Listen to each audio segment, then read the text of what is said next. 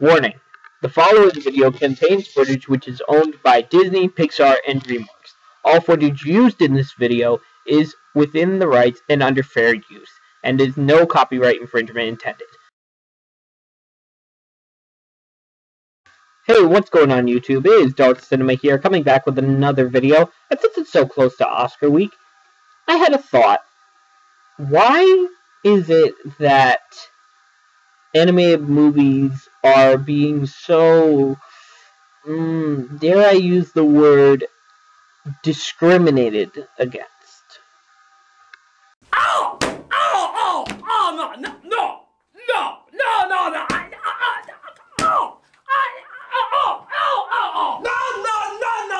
no, he did not, no, there's yeah, and then there's no, and that was no, that was not, no.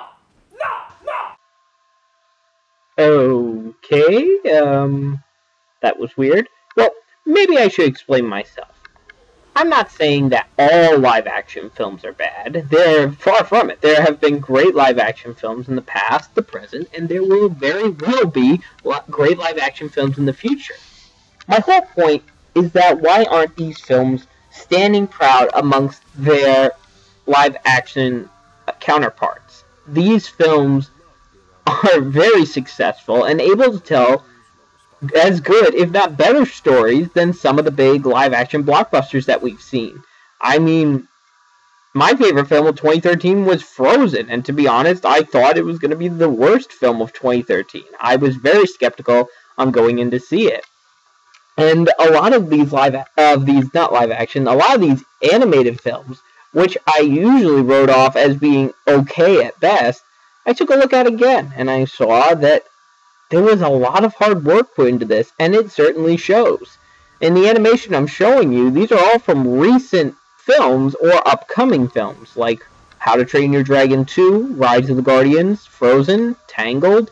All of these films have many things in common. A stellar voice cast, beautiful animation, and breathtaking visuals, and characters that feel real. These characters seem so surreal, and that you actually, it feels like you could bump into them just walking on your normal day. You could just bump into them and say hi. That they feel that natural.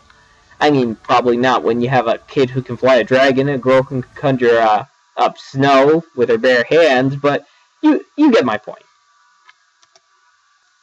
Where I'm going with all this is that I just wish that animated films were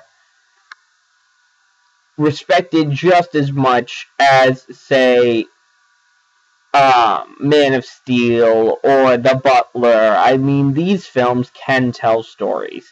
Just because they're not a live-action film, that doesn't mean you automatically push it off as just a simple kids flick. It's not that. There's so much more to this.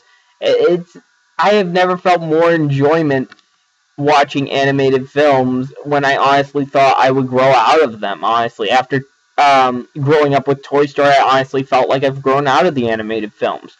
But I'm happy to say that if this is just the beginning of the kind of films that we'll get from Disney and DreamWorks, and then I have no doubt that I will continue to be a fan and continue to go see these films. And I highly encourage everyone watching, go see these films. Either get the DVDs, because by the time you watch this video, Frozen will be out on DVD, and most of the other movies that I talked about will have been out as well, and How to Train Your Dragon 2 is coming out this June.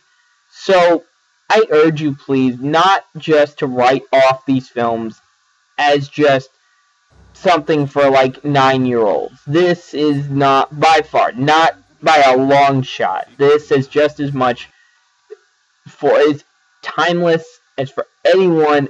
If you want a good old-fashioned fun time, these movies are absolute magic. And I know that sounded corny, but there's no other word for it. I mean, when people asked me what did I feel like coming out of Frozen, I said, you know that experience you get when you go to Disney for the very first time in your life, the park. you get that feeling that you just stepped into a world that's much bigger than yours, and it just feels so overwhelming that at the same time you can't help but smile, because you just stepped into a place where honestly you thought couldn't exist, but here it was right in front of you. That's what I felt like when I watched these features again. When I watched all these movies after Frozen, I watched Rise of the Guardians, and I watched Tangled, and Brave, and How to Train Your Dragon. These films all gave me that feeling, and I am so happy. I have not felt that in over a decade of films, and I am so excited, waiting to see what the future will hold for this genre of film. And I really hope that people all over the world can give it a chance and see it as the works of art they really are, and not just kid stuff. I'm Darth Cinema, and thank you for watching, and I will be seeing you with my next review really soon, which is going to be RoboCop.